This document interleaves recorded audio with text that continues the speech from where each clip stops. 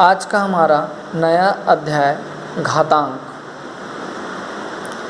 घातांक का अर्थ होता है किसी दी गई राशि के घात के रूप में लिखा गया अंक उस राशि का घातांक कहलाता है।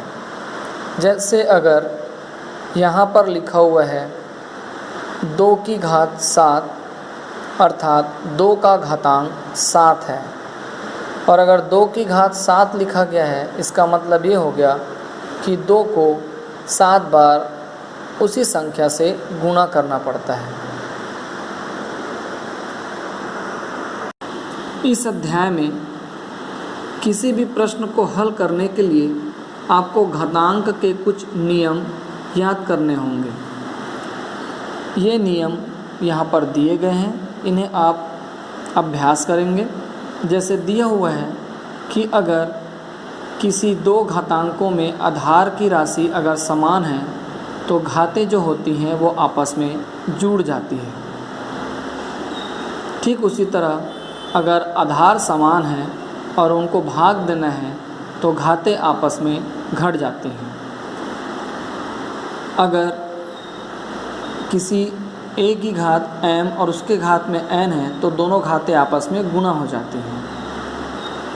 अगर 2 राशियाँ कोष्ठक में लिखी गई हैं और उसके ऊपर में घात लगा हुआ है तो वो घात दोनों के लिए समान रूप से होता है। वैसे ही भाग में है तब भी वो समान रूप से दोनों में बढ़ जाता है। इस प्रकार यहाँ पर सवाल हल किए जाते हैं। एक चीज़ और ध्यान रखें कि अगर किसी अंक का घात 0 है तो उसका मान 1 होता है। अगला नियम, अगर किसी अंक की घात धनात्मक है तो उसको हर से अंश में या अंश से हर में बदलने पर घात का चिन्ह बदल जाता है। जैसे a की घात m है, अगर इसको अंश से हम हर में लिखना चाहें तो इसका मान a की घात ऋण m होता है। उसी प्रकार हर में अगर कोई मान है उसे अंश में बदलना है तो भी चिन्ह बदल जाता है। तो इस प्रकार घातांक के ये नियम आपको याद करने होंगे, तब आप प्रश्न हल कर सकते हैं।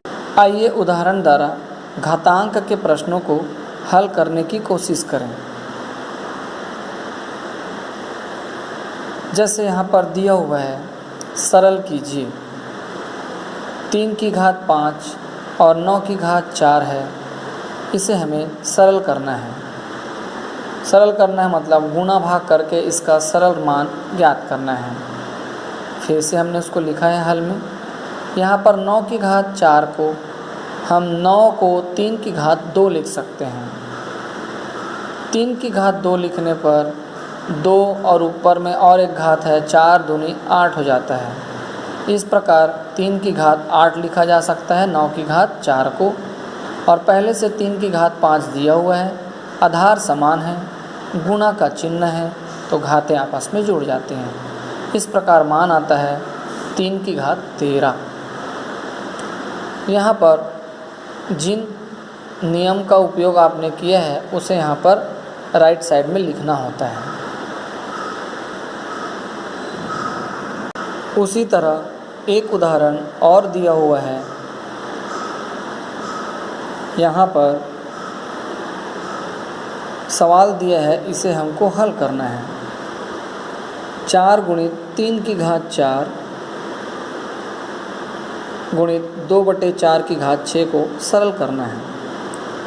सरल करने के लिए हम देख सकते हैं 4 और 3 के बाहर 4 लिखा हुआ है घात में, जो 4 और 3 दोनों के लिए अलग अलग हो सकता है। उसी प्रकार भाग में जो है उसके लिए भी घात अलग अलग बढ़ सकता है। इस नियम का आपको उपयोग करना है। फिर आप उसे और हल कर सकते हैं। 2 की घात 4 है तो 2 की घात 4 में बदल सकते हैं। जैसा भी आप करना चाहें, आपकी मर्जी, आप कैसा करते हैं। यहाँ पर इसने 4 को 2 की घात 2 बनाकर 4 दूनी 8, 2 की घात 8 में बदल दिया। 3 की घात 4 वैसी का वैसी लिखा हुआ है। यहाँ पर 2 की घात 6 है। 4 को फिर से बदला गया है, 2 की घात 2, 6 दूनी 12, 2 की घात 12। इस प्रकार ये यहाँ तक सवाल हल हो चुका है। आधार समान है तो यहाँ पर अगर भाग का चिन्ह है तो घातें घट जाएंगे। 6 में से 12 जाएगा, ऋण 6 बचेगा। फिर 2 की घात 8, 2 की घात ऋण 6, आधार समान है, जुड़ जाएगा बट चिन्ह ऋण का होने के कारण घटेगा। तो 2 की घात 8 ऋण 6 और गुणित 3 की घात 4। इस प्रकार सरल करने पर ये मान प्राप्त होता है। इस प्रकार इसके बाद आपसे दूसरा प्रश्न पूछा जाएगा, निम्नलिखित के मान ज्ञात कीजिए। तो निम्नलिखित के मान ज्ञात करने के लिए आपको उसे पूरी तरह से हल करना होगा। पूरी तरह से हल करने के लिए दिए गए मान को आपको लेना है और उसे दिखाए गए उदाहरण के द्वारा हल करना है। देख सकते हैं आप, यहाँ पर 5 की घात ऋण 2 है जिसे सरल करना है। तो जैसे मैंने कहा था कि ये अंश में है, हर में आएगा तो घात धनात्मक हो जाएगा। 5 की घात 2 मतलब 2 बार गुणा करना, 1/25 आंसर आ गया। उसी प्रकार अगर यहाँ पर 1/2 की घात ऋण 5 है तो 2 की घात ऋण 5 को अगर हम ऊपर ले जाएं तो वो धनात्मक में बदल जाएगा और 2 की घात 5 मतलब 2 को 5 बार गुणा करके 32 आंसर आएगा। इस प्रकार सवाल हल किए जाते हैं। कुछ इस प्रकार के प्रश्न भी आपको मिलेंगे सरल करने के लिए। दिया होगा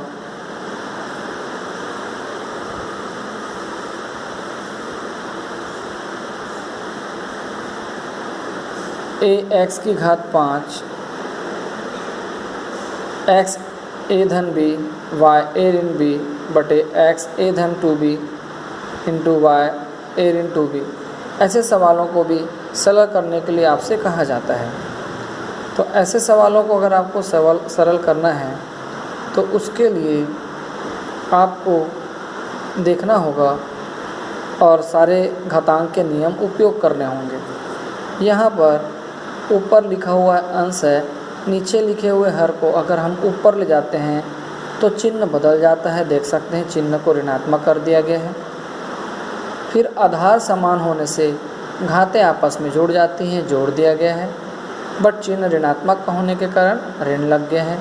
वैसे ही y के लिए सरल करने पर b से a से a कट जाएगा, यहाँ धन भी है, यहाँ ऋण 2 भी है। तो ऋण 2 में से 2b में से अगर 1 भी जाएगा तो 1 ऋण b बचेगा। बस यहाँ पर a से a कट जाएगा, ऋण b से 2 भी जाएगा तो b बचेगा। ऋणात्मक है तो इसको पलटकर हम हर में ला सकते हैं। इस प्रकार x की घात भी b है और y की घात भी b है, चाहे तो उसको हम इस फॉर्मेट में लिख सकते हैं।